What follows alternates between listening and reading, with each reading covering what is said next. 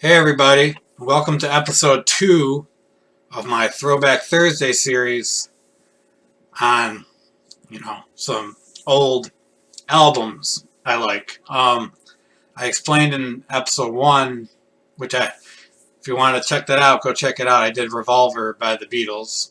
And I explained that these were going to be albums that are at least 20 years old, which at the moment would be 1996 would be the cutoff point, and there would be albums that I like personally, not necessarily albums that are regarded to be great or were successful, but yeah, these are just gonna be some albums I really like, and I think you should listen to or give it a shot, see if you like it or not, whatever you want to do. It's your life. Yeah, last time I did Revolver by the Beatles, like I mentioned, which was from 1966. So I thought I'd fast forward 30 years later to the cutoff point, 1996, with Pinkerton by Weezer. Now, most of you have probably heard Weezer. You've heard Buddy Holly over and over and over and over again. And you've heard the Sweater Song, I'm sure, a lot. Not as much as Buddy Holly. I'm sure you've heard it a lot. Those are both off their first self-titled album from 1994, which people just call the Blue Album because it's blue. And yeah, they've made lots of other self-titled albums since then, which are referred to as whatever color their cover is. And yeah, this is their second album, Pinkerton, from 1996. Now, the Blue Album was a big, big hit. It sold like 3 million copies, triple platinum, that's 3 million, right? Yeah. And yeah, they went from nothing to big rock stars. They kind of brought the term geek rock into the lexicon. Look, they sang about, there's a song that they talk about Dungeons and Dragons, and they talk about lots of geeky shit. And lots of people like me gravitated towards stuff like that. You know, these guys didn't look like rock stars. They didn't act like rock stars. They looked like us. They acted like us. And, people were expecting more of the same out of the second album. The geeky, happy-go-lucky kind of songs. Not all the songs on their first album were like that, but a lot of them were. And the general feel of the album was very produced, very slick, and it's a great album. It really is. But then they went to the studio in '95, and first what they wanted to do first was what they called a sci-fi rock opera called Songs from the Black Hole, which was abandoned. They recorded some songs. Some of the songs they recorded for Songs from the Black Hole would end up on Pinkerton, but that whole idea ended up being abandoned. They didn't want to go with the rock opera thing. At the time, Rivers Cuomo was going to Harvard because he's really smart, and he was listening to Madame Butterfly, which is a regular opera, I guess. I'm not big on opera. I don't really know anything about them. And Pinkerton is a character from Madame Butterfly. And he had gotten surgery. He was born with one leg longer than the other. He had gotten surgery to lengthen the one leg. I think it was his right leg. And he was on a lot of pain medication. And he was just miserable. And that's where a lot of themes for this album came from. It's just his misery. He was really, I don't know what the word for it is. He wasn't happy being a rock star. And a lot of that came on this album. And yeah, it was very different than the Blue Album. It was released on September 24th, 1996. And I actually remember when it came out, and I know it debuted at number 19, which is respectable, and then it just plummeted from there. People didn't like it. Critics didn't like it. The fans didn't like it. I liked it. I'm sure there were other fans that liked it. But yeah, this wasn't the Weezer from the first album. This was a totally different kind of band, writing about different kinds of stuff. And yeah, this is actually my favorite Weezer album. I think it's better than the Blue album. Most people who are into Weezer argue between, is this their best album or is the Blue album their best album?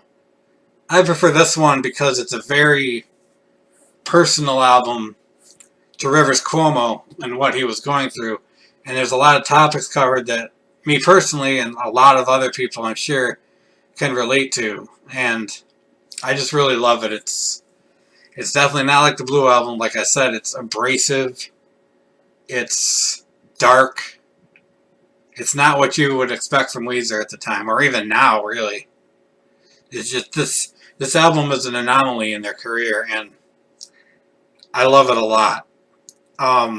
This is the last album with Matt Sharp, who is the bass player. And to me, if you listen to Weezer before he left and you listen to Weezer after he left, it seems to me had a lot to do with their sound, especially with keyboards. Keyboards, I love the keyboard sound they had when Matt Sharp was there, and it just was different after he left.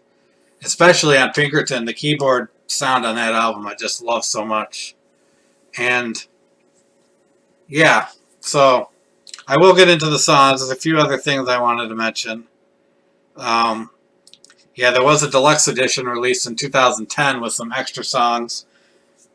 It's really great. I suggest getting it if you like the regular album, but I'm just going to really talk about the regular 10-song album today. But if you want to look up some other songs that were recorded for the album but weren't released on the album, I believe a couple of them are released on soundtracks. But like You Gave Your Love to Me Softly is a great song. I just Threw Out the Love of My Dreams. I think one of the Hayden sisters sing that. Petra Hayden, maybe? Well, Rivers Cuomo doesn't sing it. A girl sings it. It's a really good song. And like I said, the topics on this album are a lot different than the Blue album. There's a lot of songs about loneliness and frustration and sexual frustration and dysfunctional relationships and just Rivers Cuomo's struggles with figuring out who he is as a person. And a lot of these topics I can relate to, and I know a lot of other people can too. And I think it's, I don't know, I just love listening to this album. You listen to the lyrics on this album, it's just, you can imagine what he was going through at the time in his head. Some of us, we got shit going on in our head, man, and it's hard to express what that is, and being able to write it out in a song or something like that, it's just great. And I'm sure it was very cathartic for him. But like I said, the album didn't do well. The critics didn't like it. The fans didn't like it. And Rivers Cuomo really took that kind of personally. And he said, like, a couple years after this album came out, he's saying it was like a disgusting album and he never should have wrote it. And, you know, he basically poured out his soul into this album and people hated it. So for a while, you know, he didn't want anything to do with this album. I actually saw them live once. It was, I think it was on the Green Album tour. Green Album's alright, you know. It's better than a lot of the other stuff they put out after it. And I think they played Across the Sea from Pinkerton, and that's it. That made me a little upset, but whatever, I got to see them. But yeah, I'm going to get into these songs. And yeah, another thing I wanted to add, he wrote a lot. He wrote these songs while he was attending Harvard, and they would record them in between terms of him going to Harvard. So basically, that's all hinged on when Rivers Cuomo was available, and that added to a lot of the pressure. You know, he wrote all the songs. It's a lot of pressure, and he was really feeling at the time. All right, Number one, track number one, Tired of Sex. Now, this is mainly about his meaningless sexual encounters with, groupies after becoming a rock star, and the way his frustration with true love never seeming to come around. He was getting some from the groupies, but he was tired of it. He was tired of the sex that meant nothing, and he was venting. And this is a really good song. The keyboard at the start mixed with the guitar is just the bass and the drums. It's so good. I love this song so much. And he actually mentions like girls' names in it, and it's great. It's a great song. All right, number two, Get You. This is a song that was meant for the Songs from the Black Hole Project, but wasn't end up used in it, so it's kind of hard to figure out what the song is about. All I know about this song is it was meant for the rock opera. Something about he was rejected. The character in the rock opera was rejected by some girl named Laurel, who he ended up with after rejecting another girl named Monica or Maria, something like that. But yeah, it's a love song. No Other Ones, number three. And it's an early song. They said it was the last song he wrote before they got famous, so this song had been kicking around for a while. And he decided to record it for this album.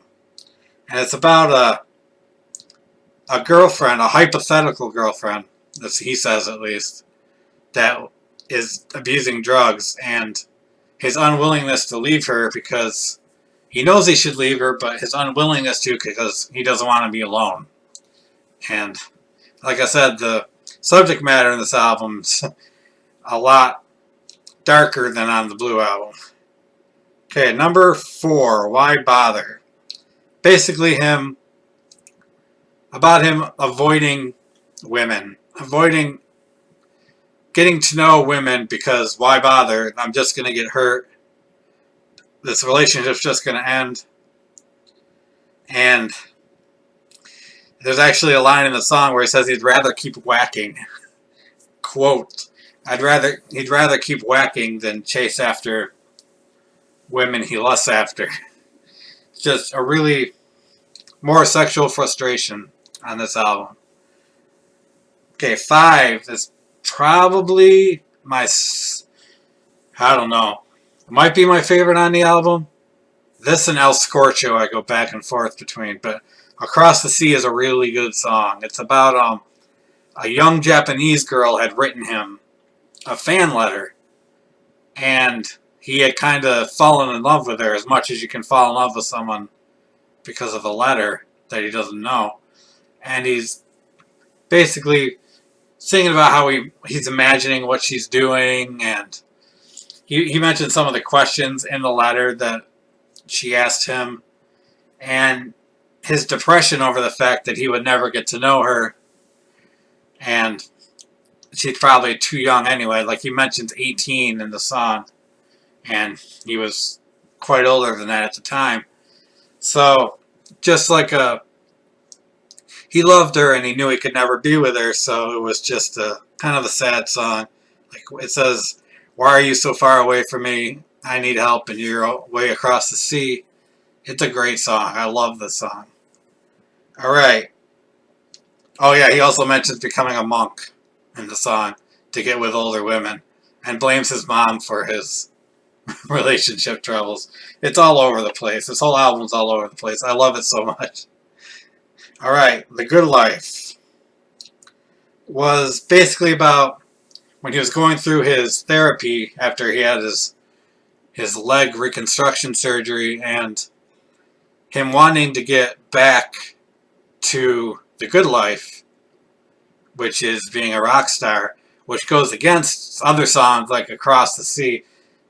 He just basically wants to get with these groupies, and Across the Sea is just about this one girl he wants, and like I said, it goes all over the place, and his mind just back and forth all the time at the time.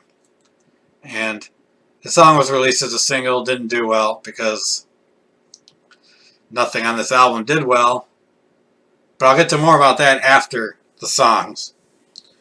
Yeah, anything else about Good Life?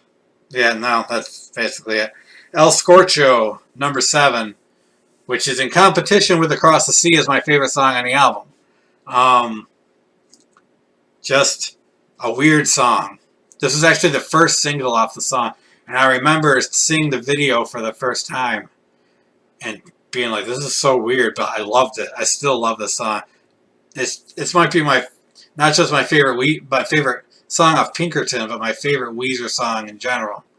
It's just a really weird riff and really weird lyrics. And it's basically just about, you know, he's in love with a girl. He can't express himself. And lots of us have been there. Believe me, we've been there. And it goes back and forth between him wanting to talk to her and him waiting for her to talk to him and then just doing nothing, which is very relatable for a lot of people. And then in the middle part, he sings about how it sucks that he can't talk to this girl, but he can write these songs about how he feels. And it's just a really good song. It goes all over the place. And like there's some time, I think it goes into double time in the middle of the song. There's some weird changes in the song that made it so radio stations didn't want to play it at the time. MTV, I saw it on MTV a couple times, but then they stopped because no one was buying the album and people thought the song was too weird. And it's a really good song. Listen to El Scorcho. I would love to hear them play this live someday. Someday maybe. Okay, Pink Triangle. It's pretty simple. That's number 8. It's about someone falling in love with a girl, more unrequited love, falling in love with a girl and picturing marrying her and finding out that she's a lesbian. Finding out that she's a lesbian because they saw a pink triangle on her backpack, which is, I guess it's a gay pride symbol. I don't know if I've ever seen a pink triangle before, but yeah. So that's what that's about. And he says, I'm dumb, she's a lesbian. I thought I had found the one. And it's messed up and sad. And then the really bad thing about it is he found out like a year and a half after he wrote the song that she wasn't actually a lesbian. She had the patch on her backpack just to support the gay community. So that's cool, but it sucks for him. Alright. Falling for You, number 9. Maybe my least favorite song on the album. I like it. I like some of the lyrics make me laugh. There's a lot of key changes in this song. So I heard it's like the hardest one for them to play live. I don't know if they do. I know a few years ago they did a Blue Album Pinkerton tour where they played both albums. I would have loved to see that, but like they played both albums in full. I would have loved to see that, but I didn't because where I live they don't come around here. But yeah, there's this one line. He said it always cracks me up. He says, "I like you, you like me too. Let's do it, baby." It's just great. I love it. It's lots of funny shit in that song. Alright. And number 10. Butterfly. The only acoustic song they would ever release up to this point on an album. And it's a really good song. The lyrics are really strange. I guess it's from the point of view of Pinkerton. B.F. Pinkerton? I think it's his name. Or her name. I don't know. Character from the opera I mentioned, Madame Butterfly. And it's a really good song. I kind of want to find out what the opera is actually about because I don't know. You listen to these lyrics, it just sounds really strange. But yeah, so that's Pinkerton, the second album by Weezer, released on September 24th, 1996. Now, I've mentioned before how critics hated this album, fans hated this album, a lot of fans. Didn't sell well. Critics ripped apart this album. And now, years later, it's regarded as one of the most important albums of the 90s, and there were a lot of important albums in the 90s, believe me. And I just think it's great. It's now regarded as such a great album. It just shows that, you shouldn't judge something so quickly, I can understand you listen to that album the first time, you're like, what's going on? Is this Weezer? This doesn't sound like Weezer to me. But keep listening to it, and you'll find something you can relate to. Even now, like this album inspired so many emo bands, I guess. Like, I'm not a fan of emo at all, but a lot of emo bands talk about how this album influenced them. And, like, I'm sure a lot of people, even young people today, could listen to this album and really relate to a lot of his lyrics on this album. It's a really good album. I think it's better than the Blue Album. Most people would disagree with me, but I know there's people that would agree with me too.